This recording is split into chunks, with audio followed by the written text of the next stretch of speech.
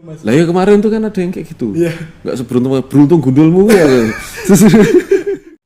Ya nggak apa-apa. Kalau memang ini harga yang saya bayar untuk sukses, ya saya lakukan. Ya gitu.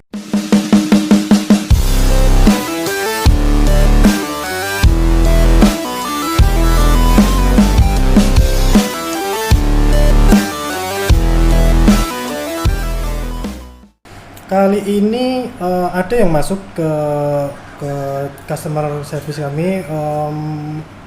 Ini menanyakan permasalahan bisnis. Ya. Assalamualaikum warahmatullahi wabarakatuh. Waalaikumsalam.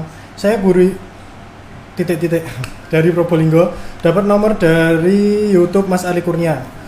Saya pengen ajari anak-anak untuk berusaha dan mandiri, Mas. Apalagi di masa pandemi ini sulit sekali mencari kerja. Monggo Mas Ali dijawab. Waduh, gimana pertanyaannya? Singkat banget. Ya, saya pengen ngajari anak-anak untuk berusaha dan mandiri. Apalagi di masa pandemik ini sulit sekali untuk mencari kerja. Wah, ini pertanyaan singkat tapi ngerjain yang jawab harus panjang ini gitu. Gak apa-apa lah. Oke, tak jawab ya. Gimana cara melatih anak-anak? Lah ini tergantung anaknya usia berapa. Iya, nggak dikasih tahu ini usia. Nah, kan tidak semuanya anak itu berusia yang sama kan? Ya mungkin kita anggap yang sudah siap kerja aja. Yang sudah siap kerja. Ya. Oke, kalau yang sudah siap kerja, diajarin jualan. Ya. Ya, diajarin jualan. Saya ada sebuah kisah gitu kemarin itu saya ngobrol sama yang punya racun tikus. Saya sebut merek aja Ramtus gitu ya. Iya. Ya. Si Ramtus ini di Padang dulu kan orang Padang ceritanya. Yeah. Jadi ceritanya si Ramtus ini sebelum sukses seperti sekarang, dulu pada saat masih kecil masih sekolah, itu bahkan dia sekolah sambil jualan jajanan, digotong, digotong ke lingkungan gitu ya, bawa keranjang gitu dijual sebelum berangkat sekolah. Untuk apa? Untuk biaya sekolah. Nah, mental yang seperti inilah gitu, mental yang seperti ini yang memang membuat si anak di usia yang sudah cukup nanti dia memiliki mental yang tidak pernah menyerah. Karena kalau saya dulu hidup berkecukupan, cukup kaya enggak, miskin juga enggak, gitu. Jadi cukup. Dan teman-teman saya pada saat saya sekolah itu uang sakunya banyak-banyak, tapi saya enggak gitu. Saya cuma cukup untuk beli jajan, naik angkot pulang pergi gitu. Dan malam minggu kalau yang lain pada dikasih uang untuk jalan-jalan, saya tidak pernah dikasih uang untuk jalan-jalan gitu. Ya wes, pokoknya untuk sekolah tok gitu. Orang tua saya mendidik saya seperti itu. Jadi memberi apa-apa secukupnya. Sampai suatu ketika di saat saya usia kuliah gitu, saya berpikir gimana caranya sih saya bisa punya uang sendiri gitu. Jadi ini muncul sebuah mindset yang saya alami pada saat itu. Akhirnya apa? Akhirnya saya jualan gitu. Pertama saya jualan komputer, saya belajar nginstal, saya jualan komputer. Dan orang tua saya ketika lihat saya itu melas, apa Jawa nih, bahasa Indonesia melas, kasihan. Kasihan mesake. Iya, merasa kasihan. Nah, ini penting sekali untuk teman-teman saudara-saudara ngelihat anaknya ketika berusaha, pasti muncul perasaan kasihan. Iya. Orang tua saya merasa kasihan. Kamu tuh kuliah, dibiayai kuliah. Ngapain kamu ngotong-ngotong dus seperti itu? Kan komputer kan gede-gede. Yeah. Saya dari Semarang naik motor, Anda sampai bayangin lah, naik motornya bebek. Ya di depan itu CPU. CPU tuh casingnya dulu ya, casing dulu. Belum kan motherboard semuanya kan ditempatin di satu kardus itu tak taruh belakang. Ada motherboard, hard disk, CD-ROM tak taruh belakang gitu. Ya, pokoknya kayak teman-teman nek pas nggak pakai mobil ngirim klinos itu loh. Tahu teman-teman nek pas ini, tapi mobilnya pas kepake belanja apa gimana harus ngirim cepet gitu kan? Itu semua gitu. Tapi masih parah saya, gitu. Masih parah saya. Kenapa? Karena ini ada CPU, ini ada printer, gitu. Belum monitornya. Jadi di belakang itu dalemannya komputer, atasnya saya tumpuk monitor, saya ikat pakai karet ban. Monitornya belum yang kayak sekarang tipis. Belum. Sekarang monitor cilik-cilik. Dulu monitor tabung, gede, gitu. Dan itu saya ngalami, dan itu hampir setiap hari. Semarang Salatiga, naik motor seperti itu, kok gini gitu.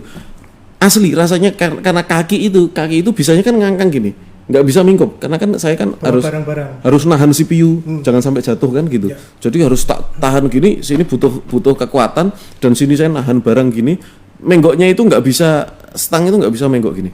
Jadi kayak kayak moge gitu ya. Kayak moge sport itu kan nggak bisa menggok tuh. Nah, itu persis tapi bebek itu. Wah gini. Jadi gini, menggoknya sedikit-sedikit gini, ngeplek gitu ya. Itu yang saya alami. Dan saya sering banget masuk angin gitu. Ya gimana? Habis itu tak tutup mantel, hujan bablas gitu. gitu. Hujan bablas karena ngejar waktu. Itu yang saya alami.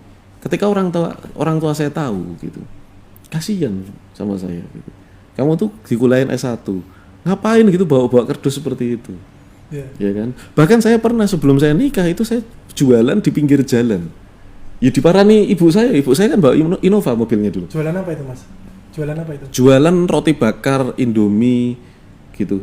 Saya gelar tiker gitu. Di alun-alun Ungaran. Itu ya, Mas Arli gitu. perjuangannya dulu. Jadi seperti itu saya lakukan gitu.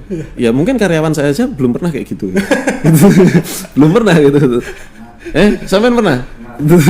Mas Satyo nggak pernah Satyo? Pernah. Gitu. Ya orang-orang apa namanya? Jarang orang yang mengalami hal itu. Ya. Tapi saya dulu ngalamin gitu. Bahkan ketika saya jualan itu, ibu saya tuh datang sama bapak saya bawa Innova. Serius? Kamu tuh bawa pulang gitu. Ngapain kamu di pinggir jalan gitu? Ya nggak apa-apa. Kalau memang ini harga yang saya bayar untuk sukses, ya saya lakukan. Ya gitu loh. Jadi kalau memang ini harganya, ya saya lakukan. Kenapa? Karena saya nggak punya cara lain. Apalagi gitu. Saya bisanya apalagi? Ini yang saya bisa. Ya udah saya jualan.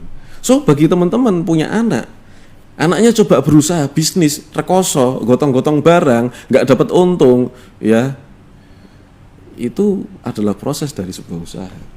Merasa nggak tega itu wajar, tapi jangan dicegah, didoakan, didukung. Harus tega ya Mas Ardi ya berarti ya? Iya dong, mana ada pengusaha sukses nggak pernah susah, nggak ada. Nah. Ya kecuali anaknya pengusaha sukses loh ya, nah. beda gitu. Cerita anak saya nanti beda. Beda.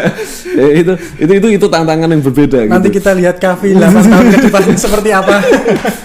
Cerita anak kita beda, tapi gimana ya? Saya rasa nggak ada orang yang merintis dari nol terus tiba-tiba enak, tiba-tiba langsung bagus bisnisnya. Saya rasa kok nggak ada gitu. Bahkan ketika saya udah pernah mendapat duit sekian gitu, terus bisnisnya jatuh pernah juga, terus harus bangkit lagi pernah juga gitu. Jadi itulah kehidupan. Itulah kehidupan, bisnis selalu nggak stabil. So teman-teman anaknya mulai belajar bisnis, ya pastikan dia susah gitu. Pastikan dia susah. Karena dicatat, pastikan dia susah, gitu. Anda bayangkan, ini sebuah tips untuk Anda, sebuah bayangan untuk Anda. Kepompong mau jadi kupu-kupu itu susahnya setengah mati, gitu. Dia harus menggeliat sana, dia harus puasa dulu, sekian hari. Dia harus puasa sekian hari. Dari bentuknya yang jelek tuh, dia puasa sekian hari. Terus kemudian di dalam itu nggak makan, nggak minum. Ya panas dari suhu tubuhnya, terus dia menggeliat, mulai tumbuhlah sayap, gitu. Ya. Dan kemudian nanti mulai lama-lama dia mulai keluar menjadi kupu-kupu yang indah. Nah pengusaha seperti itu, semuanya adalah berawal dari ulat dan semuanya akan mengalami prosesnya. Jadi kalau ada proses jangan dipotong, ya jangan dipotong, jangan dicegah, jangan disia-siakan, jangan dihina gitu. Ya Anda bayangkan kalau Anda ketemu saya beberapa tahun yang lalu pas saya masih jualan di pinggir jalan, ya toh? Bikin Indomie, ngelayani orang gitu ya, seperti itu. Ketika saya masih jualan di pinggir jalan, ya mungkin ketemu sekarang mungkin nggak nyadar gitu. Ini yang dulu nggak mungkin orang apa namanya titen apa bahasa Jawa nih titen itu, ya titen lah, pokoknya titen lah, terjemahno dhewe lah gitu. Itu ya. Gitu ya. Jadi itu buat teman-teman ya ini pelajaran berharga banget buat kita. Jadi yang punya anak harus ditegak nih, orang Jawa apa ya, ditegel nih.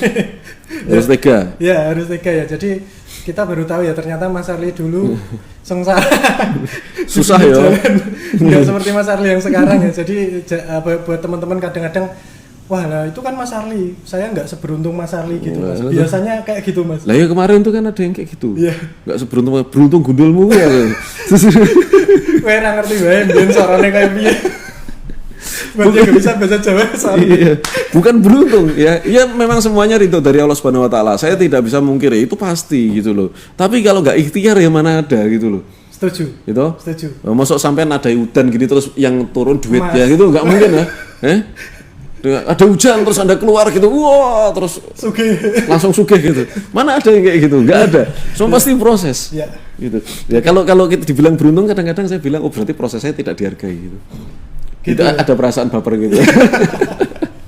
manusia. Ya, jadi jangan pernah beranggapan saya tidak seberuntung Mas Ali. Ya belum tentu kalau Anda di posisi Mas Ali Anda kuat itu di pinggir jalan gitu. Nggak mau Anda. Abot isine Mas, malu. Iya, Mas. biasanya malu sih kendalanya itu. Gitu ya. Jadi itu untuk penanya yang barusan ya untuk tentang bisnis, cara mengajari anak-anak ini sudah dijawab sangat detail oleh Mas Ali Kurnia.